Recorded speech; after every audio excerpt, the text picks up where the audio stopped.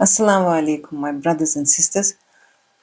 Today I would like to um, share with you with the news that probably will be interesting for you.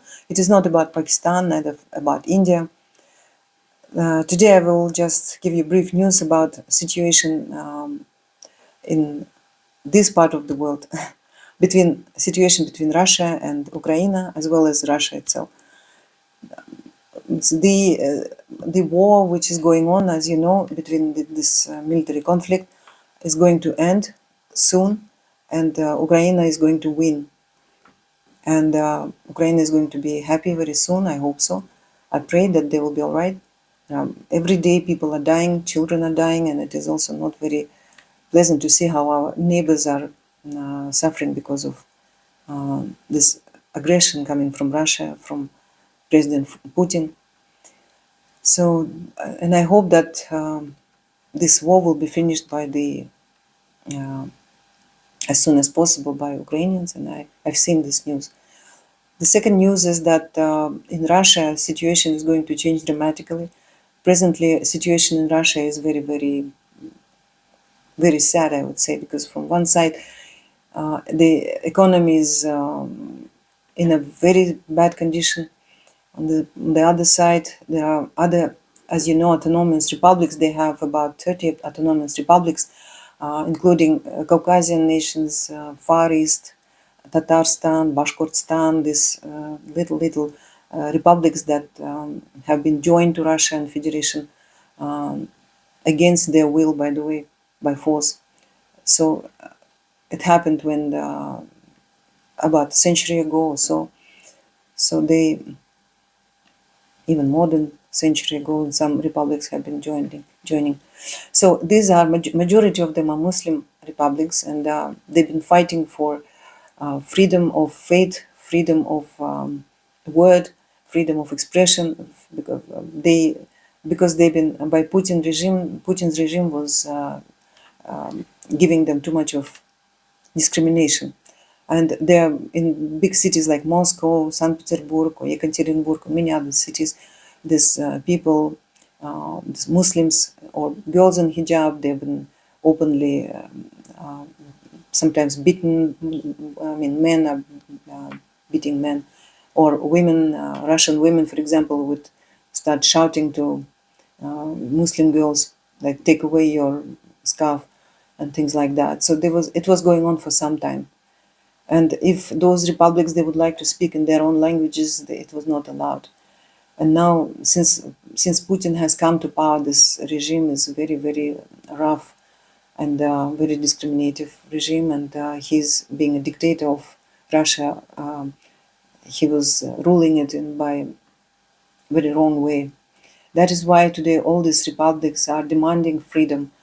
They are coming to the streets. In some cases, they are trying to um, they try publicly express their opinions, but Putin has organized such groups that are like Ku Klux Klan. You know, they go against Muslims and they go against um, people who do not like look like Russians.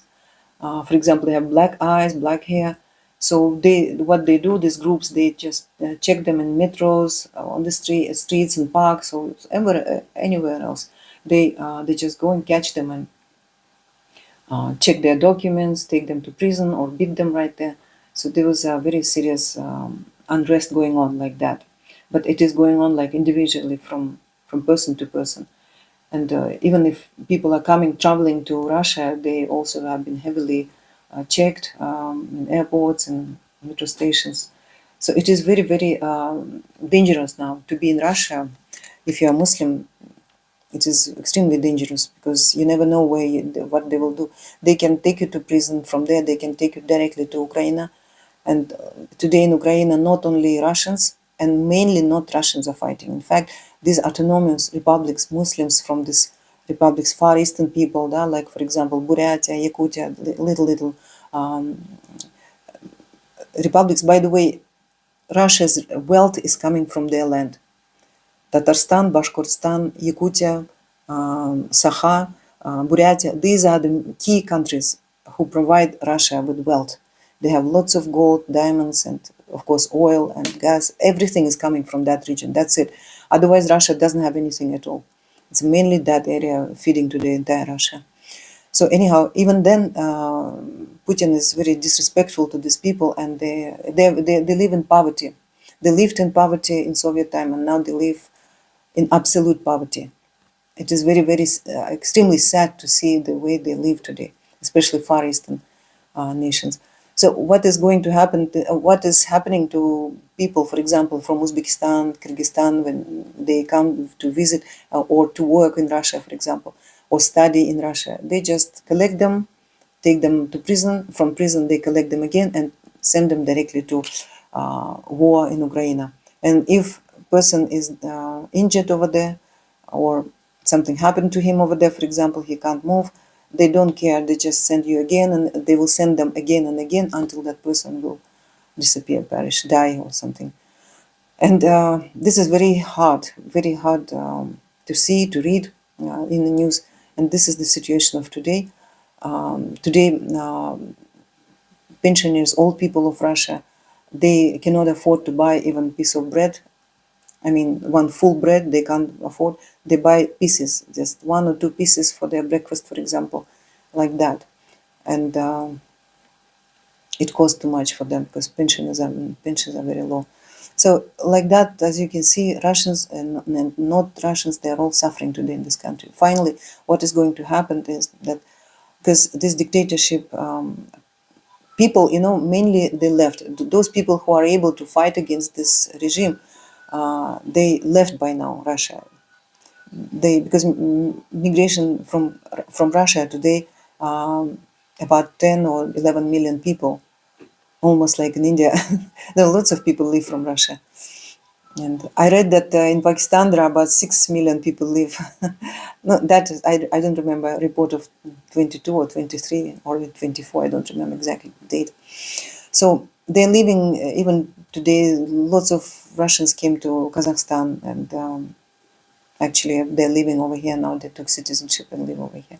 Even some rich people arrived here to live in Kazakhstan because it's more convenient and comfortable to stay in peace over here, live in peace. So slowly, gradually, Russia is going to be completely perished, I would say. Russian Federation that we all know today is going to stop its existence, because all these republics today, they're fighting against the Kremlin, against Moscow, against Putin's regime, and of course against these groups, that because these groups are all over the place. They have weapons, they have uniforms, and they are not soldiers, they are not army, they are not police, but they are all the time behind these Muslims and this other people who look different. For example, Asian look, Oriental, or foreigners, some or black people, whoever come to doesn't look like Russian, they will catch and try to create some issue out of it. So this situation, because it has become so hard, so heavy, that's why these people are now coming against Kremlin, against Moscow, and ultimately there will be a civil war, and then as a result, they will break. So these autonomous republics, they will get their own independence, they will live separately, and they will be completely independent from Russia. Russia originally in the 10th century, I saw their map on 10th century, they had only four, not even provinces, but maybe in your language it will be probably province, yeah? Not even, just, four towns, yeah? Like we call it oblast, yeah? For example, four towns, and around that towns, few couple of villages. Maybe it will sound like province there for you to understand. So they had only four little provinces, and it was a very, very small country, like one of the cities of today. Like, for example, Almaty Oblast, in Kazakhstan, Almaty Oblast, the size of Russia was like that. Only Almaty, the city where I live, for example, and Almaty Oblast is including these villages and little towns around. So this was the only size of Russia in the 10th century. Before the other autonomous republics joined the Russian Federation to become like federation. So, and now again, this is going to be this finally will break, and it's going to be like Russia will again going to be the way this country used to be, very small. I think that it will take about 5 years, 6 years minimum. It will take before it will happen, but it is going to happen. It is happening. It's going to that, and I think that the situation that is going to happen in Pakistan will be similar to what is going to happen in Russia. But over there, of course, the other republics will be joining. About 20, 25 republics will be joining hands against regime of Putin. And ultimately, everybody will get independence and will be happy. Of course, some of the small autonomous republics, they may join hands with others and become like bigger states for protection probably purposes. But in general, they will get independence from Russia. So Russia will be never again as it is right now. It will be like maybe like Sweden or Norway, some little northern European country which will have no say in the world. They will just live quietly, peacefully. They will not touch anybody. They will not pretend that it is superpower. Nothing like that. So, and finally, peace will come to the world around Russian Federation. So that's all for now. Have a nice day. Have a nice evening. Today's time is late. Okay. See you next time. Allah Hafiz.